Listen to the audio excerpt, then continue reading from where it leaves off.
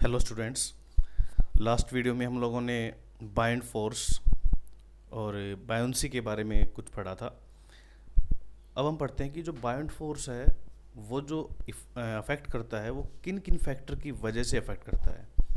Last video में हमने पढ़ा what is buoyancy, what is buoyant force and what is the reason behind buoyant force. ठीक है, इससे आगे जो एक टॉपिक है वो है फैक्टर अफेक्टिंग बायोंड फोर्स।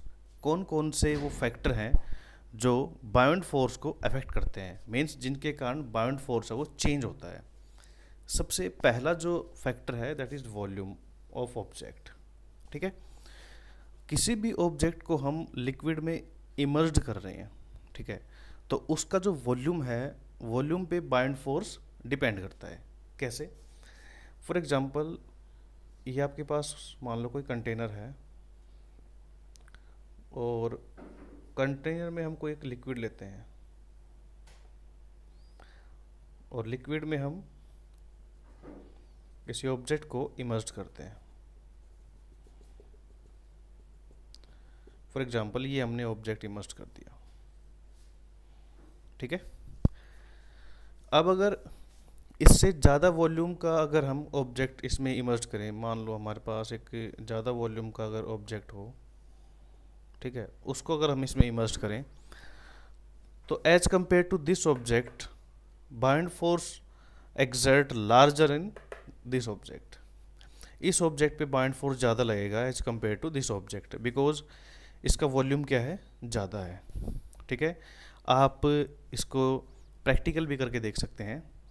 आप दो ऐसे ऑब्जेक्ट लीजिए जो अलग अलग वॉल्यूम के हों, जिसमें से एक का वॉल्यूम कम हो, एक का ज़्यादा हो, तो आप फील करेंगे कि जिसका वॉल्यूम कम है जब आप उसको वाटर में इमर्ज करते हो तो उस पर जो बायोंड फोर्स है वो जो लगता है एज कंपेयर टू दूसरा ऑब्जेक्ट जिसका वॉल्यूम ज़्यादा है उससे कम होगा। मीन्स जिस भी ऑब्जेक्ट का वॉल्यूम ज़्यादा है उस ऑब्जेक्ट पे बायोंड फोर्स की वैल्यू भी ज़्यादा होगी। बायोंड फोर्स है क्या? अपथ्रस्ट ही तो है। ये जो अपथ्रस्ट फोर्स लग रहा है इस पे, इसी को हम क्या बोलते हैं, बायोंड फोर्स। ठीक है, उसके बारे में आप सभी को पता है, हम पिछले वीडियो में इसके बारे में डिस्कस कर चुके हैं। अब देखिए, इसमें एक इंटरेस्टिंग फैक्ट और भी आता है कि जैसे फॉर एग्जांपल हमने एक बॉल ली। ठीक है, बॉल मान लीजिए ये हमारे पास आयरन बॉल है। ठीक है, और मान लो हमारे पास दूसरी एक मेटल की बॉल है, मान लो ये हमारे पास कॉपर की बॉल ले लो आप। ठीक है, और दोनों का वॉल्यूम सेम है। ठीक है, दोनों का वॉल्यूम सेम है। अगर आप इन दोनों बॉल को वाटर में इमर्ज्ड करते हो तो इन दोनों पे जो बायोंड फोर्स की वैल्यू है वो सेम रहेगी। क्यों? क्योंकि नेचर ऑफ ऑब्जेक्ट पे बायोंड फोर्स डिपेंड नहीं करता। आपका नेचर किसी भी टाइप का हो, अगर उनके वॉल्यूम सेम है तो उन पे लगने वाला जो बायोंड फोर्स है that will be same. Okay, but अगर वॉल्यूम चेंज होगा at that time you will feel that bind force is different for different objects. यहाँ आप देख सकते हो कि एक बॉल हमने ली आयरन की, एक ली कॉपर की। ठीक है, तो नेचर ऑफ मटेरियल जो है या नेचर ऑफ ऑब्जेक्ट है वो तो डिफरेंट है, यहाँ पे आयरन और यहाँ पे कॉपर। बट जब आप दोनों को वाटर में इमर्ज करेंगे, ठीक है, तब दोनों पे जो बाइंड फोर्स है उसकी वैल्यू क्या रहेगी, same. Because buoyant force does not depend on nature of material. Nature of material पे वो डिपेंड नहीं करता। Means magnitude magnitude of buoyant force does not depend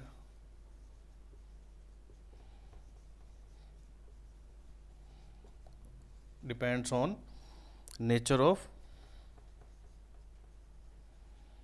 object. Nature of object, कौन सा ऑब्जेक्ट? जिस भी ऑब्जेक्ट को हम वाटर में इमर्ज कर रहे हैं। क्लियर? देखिए, यहाँ से हमने दो चीज़ें सीखी हैं। पहली क्या है कि अगर हम वॉल्यूम को इंक्रीज करेंगे तो उसकी वजह से जो लगने वाला बायोंड फोर्स है वो भी चेंज होगा। अगर कम वॉल्यूम का ऑब्जेक्ट हम वाटर में या किसी अदर लिक्विड में इमर्ज्ड करते हैं तो उस पे लगने वाला जो बाइंड फोर्स है वो ज़्यादा वॉल्यूम वाले ऑब्जेक्ट से कम होगा। मीन्स जो अपने पास एक ज़्यादा वॉल्यूम का ऑब्जेक्ट है उस पे लगने वाला बाइंड फोर्स ज़्यादा होगा। इस बात को हम लोग समझ चुके हैं कि जितना ज़्यादा हम लिक्विड के अंदर जाते जाएंगे बाइंड फोर्स की वैल्यू है वो इंक्रीज होती जाएगी। ठीक है, तो सबसे मैक्सिमम जो बाइंड फोर्स लगता है वो कहाँ लगता है, जब कोई बॉडी है वो कम्प्लीटली वाटर में इमर्ज्ड हो जाती है। अब फिलहाल ये दोनों बॉडी जो है वो वाटर में कम्प्लीटली इमर्ज्ड हैं, तो इस केस में इन दोनों पे लगने वाले जो बाइंड फोर्स हैं वो दोनों क्या रहेंगे, मैक्सिमम। ठीक है, बट अब यहाँ पे वॉल्यूम की बात आई, जिसका भी वॉल्यूम ज़्यादा है उस पे ज़्यादा बाइंड फोर्स लगेगा। यहाँ पे आप देख सकते हो इसका वॉल्यूम ज़्यादा है, ये हमारे पास जो ऑब्जेक्ट है इसका वॉल्यूम ज़्यादा है। ठीक है, इससे ज़्यादा का वॉल्यूम अगर आप लोगे तो उस पर और ज़्यादा बाइंड फोर्स लगेगा। ठीक है, जितना ज़्यादा आप वॉल्यूम कम करते जाएंगे बाइंड फोर्स की वैल्यू कम होती जाएगी। पहली बात हमने ये सीखी वॉल्यूम के रिगार्डिंग। सेकंड जो एक मेन जो कई बार एग्जाम में भी आपसे पूछ लिया जाता है कि आपके पास दो ऑब्जेक्ट हैं, सॉलिड ऑब्जेक्ट हैं। ठीक है, एक आयरन का है एक कॉपर का है और दोनों का सेम वॉल्यूम है। ठीक है, और अगर दोनों को हम वाटर में इमर्ज्ड करें तो किस पे लगने वाला बाइंड फोर्स है वो ज़्यादा होगा। तो हम यहाँ से समझ चुके हैं कि मैग्नीट्यूड ऑफ बाइंड फोर्स जो है वो डिपेंड नहीं करता नेचर ऑफ ऑब्जेक्ट पे। नेचर ऑफ ऑब्जेक्ट मीन्स आपका जो ऑब्जेक्ट है सॉलिड ऑब्जेक्ट वो किस मटेरियल का बना है इस पे बाइंड फोर्स डिपेंड नहीं करता, वो डिपेंड करता है वॉल्यूम पे। ठीक है, जिसका वॉल्यूम ज़्यादा उस पे लगने वाला बाइंड फोर्स ज़्यादा। ठीक है, कई बार क्वेश्चन आपके एग्जाम में इस टाइप से भी आ सकता है, we have two different materials. आपको आयरन को पर ना दे के सीधा बोलेगा two different materials have different nature. ठीक है, when we emerge the these two in water then what about buoyant force. तो बाइंड फोर्स के बारे में आप क्या बता सकते हैं, इन पे लगने वाला चार ऑप्शन दे देगा आपको, विल बी सेम, ग्रेटर, ठीक है, वॉट एवर। तो आपको ये बात ध्यान रखनी है कि अगर मटेरियल चेंज होता है और अगर वॉल्यूम सेम रहता है तो ऑब्जेक्ट्स पे लगने वाला बाइंड फोर्स भी क्या रहेगा, सेम रहेगा। ओके, नेक्स्ट जो इसका फैक्टर है वो देखिए क्या है, डेंसिटी। डेंसिटी के बारे में बात करते हैं अब।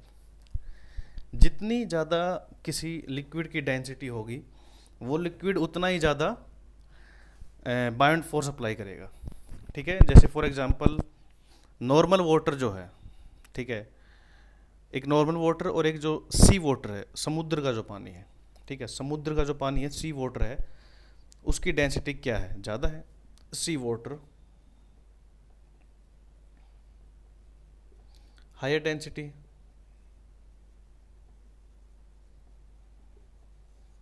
ठीक है, समुद्र के पानी की डेंसिटी क्या होती है, ज़्यादा होती है। ठीक है, और जो नॉर्मल वाटर है उसकी डेंसिटी क्या होती है, कम होती है as compare to sea water. ठीक है, समुद्र के पानी में तैरना आसान होता है, ठीक है, as compare to normal water. ठीक है, क्यों, इसका रीज़न क्या है, क्योंकि हमने ये दूसरा फैक्टर जो है ये देखा कि डेंसिटी ऑफ द लिक्विड पे बाइंड फोर्स वो डिपेंड करता है। जितनी ज़्यादा डेंसिटी बढ़ती जाएगी उतना ही बाइंड फोर्स भी बढ़ता जाएगा। मीन्स अगर आप डेंसिटी को इंक्रीज करते हो, डेंसिटी इंक्रीज, तो बाइंड फोर्स भी क्या होगा, बाइंड फोर्स भी इंक्रीज होगा। क्लियर। तो यहाँ से हमने देखा कि जो सी वाटर है, समुद्र का जो पानी है, उसकी डेंसिटी बहुत ही ज़्यादा होती है। ठीक है, as compare to normal water. ठीक है, इसलिए समुद्र के पानी में, सी वाटर में स्विम करना आसान होता है। It is easier to swim in a sea water than normal water because sea water have higher density as compare to normal water. ठीक है, आपने बहुत सारे ऐसे लिक्विड देखे होंगे जिनकी डिफरेंट डिफरेंट डेंसिटी होती है। ऑयल की अलग डेंसिटी है, वाटर की अलग डेंसिटी है, ग्लिसरीन की अलग डेंसिटी है, मर्क्यूरी की अलग डेंसिटी है। डिफरेंट जो लिक्विड्स हैं उनकी अलग अलग डेंसिटी होती है। तो यहाँ से जो एक ये जो पॉइंट है सेकंड, इस पॉइंट के अकॉर्डिंग डेंसिटी अगर हम बढ़ाते जाएंगे, ठीक है, तो बाइंड फोर्स भी बढ़ता जाएगा। ठीक है, एक आयरन का जो ब्लॉक है, आयरन का ब्लॉक या आयरन का कोई भी एक टुकड़ा वाटर में डूब जाता है, वाटर में ठीक है। अगर आप उसको मर्क्यूरी पे रखते हो, मर्क्यूरी की डेंसिटी बहुत ज़्यादा होती है, ठीक है। मालूम आपके पास मर्क्यूरी है, ठीक है, और आपने एक आयरन का यहाँ पे एक ब्लॉक रख दिया, ये मान लो मर्क्यूरी है,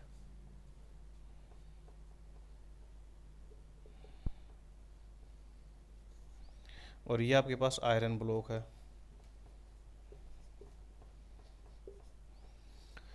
तो मर्क्यूरी की डेंसिटी बहुत ही ज़्यादा होती है, इतनी ज़्यादा कि इस पे आयरन ब्लॉक है ये भी फ्लोट कर सकता है, ठीक है, ये इस पे टिक सकता है, क्योंकि जितनी ज़्यादा डेंसिटी लिक्विड की होगी उतना ही ज़्यादा वो बाइंड फोर्स लगाएगा। इस पे जो लगने वाला बाइंड फोर्स है वो बहुत ही ज़्यादा होगा, क्यों?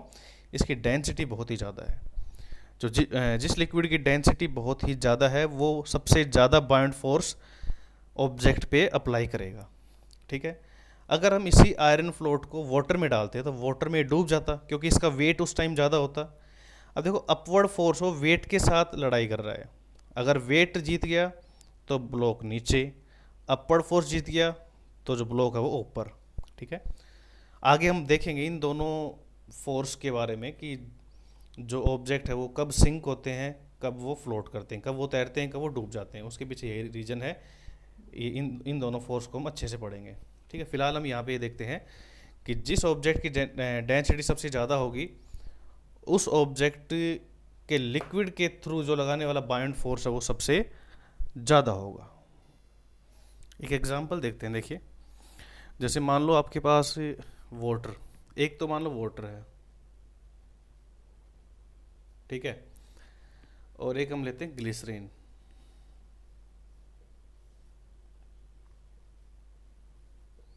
तो ग्लिसरीन की जो डेंसिटी है वो वाटर से ज़्यादा होती है, ठीक है। Density of glycerin is greater than water, ठीक है। Density of glycerin is greater than density of water. तो इससे क्या होगा? इससे ये होगा कि जो ग्लिसरीन है वो ज़्यादा बाइंड फोर्स अप्लाई करेगा एज कम्पेयर टू वाटर, ठीक है। Glycerine will apply more buoyant force या greater buoyant force as compare to water, ठीक है।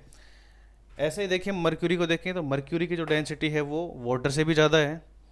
इट मीन्स जो मर्क्यूरी है वो वाटर से ज़्यादा अप थ्रस्ट फोर्स या कहीं बाइंड फोर्स अप्लाई करेंगे, ठीक है।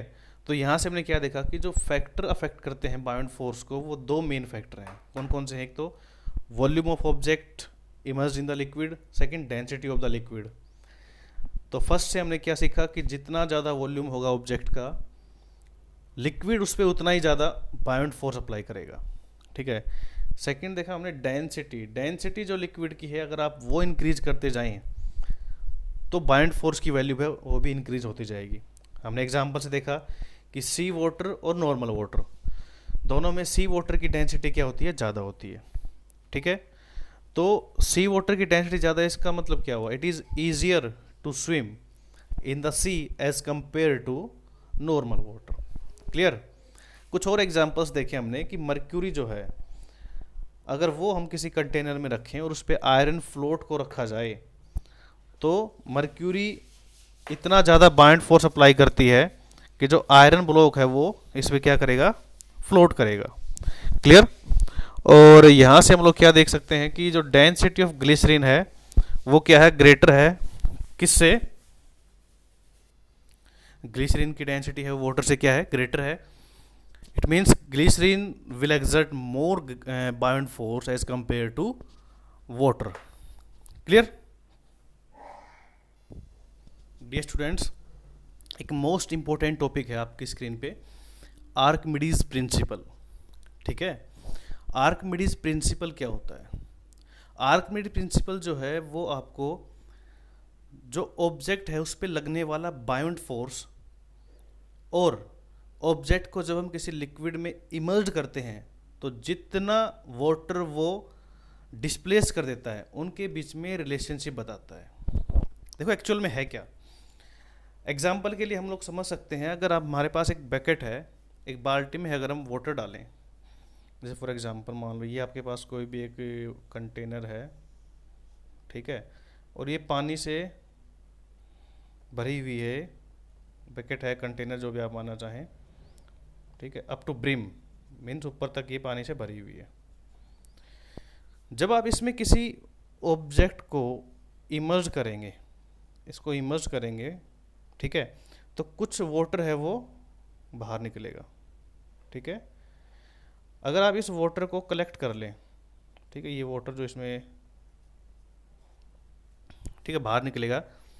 जब आप इसको कंप्लीटली इसमें इमर्ज कर देंगे, मान लो आपने कंप्लीटली इसको इमर्ज कर दिया और मान लो ये वाटर इसमें बाहर आ गया, इतना वाटर, ठीक है, तो ये जो वाटर है, जो वाटर बाहर निकला है, इसको हम बोलते हैं डिस्प्लेस्ड वाटर, ठीक है। मीन्स इस ऑब्जेक्ट ने कितना वाटर डिस्प्लेस किया, उसको बोलते हैं डिस्प्लेस्ड वाटर। जब इस ऑब्जेक्ट को हम वाटर में इमर्ज कर रहे हैं तो जितना वाटर इसने बाहर निकाल दिया, या इसको इमर्ज करने की वजह से जितना वाटर इस कंटेनर से बाहर आ गया, वो इसके थ्रू डिस्प्लेस किया गया वाटर है, इसलिए इसका नाम क्या दिया हमने, डिस्प्लेस्ड वाटर, ठीक है। अब जो बायोंट फोर्स है और इसने जो डिस्प्लेस्ड वाटर, जो वाटर डिस्प्लेस किया है, इनके बीच में जो रिलेशनशिप है उसके बारे में हमें आर्किमिडीज प्रिंसिपल बताएगा। वो क्या बताता है कि अगर हम किसी ऑब्जेक्ट को पार्शली, मीन्स या तो थोड़ा सा या कंप्लीटली हम लिक्विड में इमर्ज्ड करते हैं, तो जो बायोंट फोर्स जो लगता है नीचे से, वो किसके इक्वल होगा, जितने वेट का इसने लिक्विड हटाया है। मेरी बात समझ में आ रही है आपको? जैसे आप इसको इमर्ज करोगे, वाटर बाहर निकलेगा, जो वाटर इसने डिस्प्लेस किया है उसका जो वेट है वो इस ऑब्जेक्ट पे लगने वाले बायोंट फोर्स के इक्वल होगा। वेट की यूनिट भी न्यूटन होती है और फोर्स की यूनिट भी न्यूटन होती है, ठीक है। जैसे फॉर एग्जांपल, अगर इस ऑब्जेक्ट ने 10 न्यूटन या कहें 10 न्यूटन, या कहें जो अपने पास वेट है वो 10 है इसका, ठीक है, वेट की यूनिट तो क्या होती है, न्यूटन ही होती है। इतना अगर इसने वाटर डिस्प्लेस किया तो इस पे जो फोर्स लगेगा, अपवर्ड फोर्स, वो कितना लगेगा, 10 न्यूटन का फोर्स लगेगा। क्लियर? तो आर्किमिडीज प्रिंसिपल आपको जो रिलेशनशिप देता है वो किसके बीच में देता है, जो बायोंट फोर्स है और जितना इसने वाटर डिस्प्लेस किया है, इन दोनों के बीच में। यहाँ से हम लोग इसकी डेफिनेशन देख सकते हैं। According to Archimedes principle, when an object is wholly और पार्शली, या तो उसको कंप्लीटली या फिर partially emerged in a liquid, it experience a buoyant force. इस पे क्या लगेगा, एक बायोंट फोर्स लगेगा, which is equal to the weight of liquid displaced. देखिए डिस्प्लेस्ड का नाम आया यहाँ पे, डिस्प्लेस्ड बाय द ऑब्जेक्ट, ठीक है। जो ये लिक्विड है इसका जो वेट है, जो इसने डिस्प्लेस किया है, इसका वेट है वो इस पे लगने वाले फोर्स के इक्वल होगा, ठीक है। यहाँ से हम देखो, buoyant force acting on an object is equal to weight of liquid displaced by that object. Means किसी भी ऑब्जेक्ट पे कितना बायोंट फोर्स लगेगा, जितने वेट का उसने लिक्विड डिस्प्लेस किया है, ठीक है। हम अगर किसी ऑब्जेक्ट को किसी कंटेनर में इमर्ज्ड करते हैं, एक कंटेनर विच इज़ फुल्ली, जो ये हम अपने पास ये फुल है, ठीक है, इमर्ज करने के बाद जो लिक्विड यहाँ से डिस्प्लेस हुआ, ठीक है, जितने वेट का लिक्विड डिस्प्लेस्ड हुआ उतना ही क्या लगेगा, इस पे बायोंट फोर्स लगेगा, ठीक है। जब आप स्विम करते हैं, ठीक है, when you swim, if you displacing water, अगर आप वाटर डिस्प्लेस कर रहे हो equal to your weight, then you are able to swim. आप जितना वाटर डिस्प्लेस करते जाओगे उसके हिसाब से आप स्विम भी करोगे। मीन्स आप अपने वेट का जितना अगर वाटर डिस्प्लेस करते हो तो you can swim, otherwise you can not swim, ठीक है। तो आर्किमिडीज प्रिंसिपल की जो डेफिनेशन है उसके अकॉर्डिंग किसी भी ऑब्जेक्ट पे लगने वाला बायोंट फोर्स कितना होता है, जितने वेट का लिक्विड वो डिस्प्लेस करता है। क्लियर? ओके स्टूडेंट्स, तो यहाँ से हम लोगों ने एक नया कंसेप्ट सीखा, दैट इज कि बायोंट फोर्स है उसकी जो वैल्यू है वो कितनी होगी। इससे पहले हमने देखा था कि बायोंट फोर्स होता क्या है, बाउंड फोर्स डिपेंड किस पे करता है, कौन कौन से फैक्टर्स को अफेक्ट करते हैं। ठीक है, यहाँ पे हमने ये देखा कि बाउंड फोर्स की वैल्यू क्या है। ठीक है, किसी भी ऑब्जेक्ट पे कितना बाउंड फोर्स लग सकता है। तो बाउंड फोर्स किसी भी ऑब्जेक्ट पे कितना लगेगा, जितने वेट का लिक्विड वो डिस्प्लेस कर देगा। Clear, it's a most important thing, you should remember it. ठीक है, कि किसी भी ऑब्जेक्ट पे जो बाउंड फोर्स लगता है वो कितना लगता है। ये तो हमने देख लिया कि बाउंड फोर्स लगता है अब थ्रस्ट की फॉर्म में, इसको डेंसिटी और वॉल्यूम अफेक्ट करते हैं। ठीक है, जितना ज़्यादा इसके अंदर जाएंगे बाउंड फोर्स की वैल्यू बढ़ती जाएगी, बट एक्चुअल में होगी कितनी वो हमें कौन बताएगा, आर्किमिडीज प्रिंसिपल। ठीक है, इस बाउंड फोर्स की वैल्यू के बारे में हमें आर्किमिडीज प्रिंसिपल ही बताएगा कि कितना किस ऑब्जेक्ट पे बाउंड फोर्स लगेगा। तो इन्होंने बताया कि जितने वेट का वो लिक्विड डिस्प्लेस कर देगा उतना ही बाउंड फोर्स लिक्विड है उस पर लगाएगा, उस ऑब्जेक्ट पे। क्लियर, बहुत सारे ऐसे एग्जाम्पल हैं जो हम देखेंगे आगे। ठीक है, आई थिंक ये चीज़ें आपको समझ में आई होंगी। Okay students, thank you.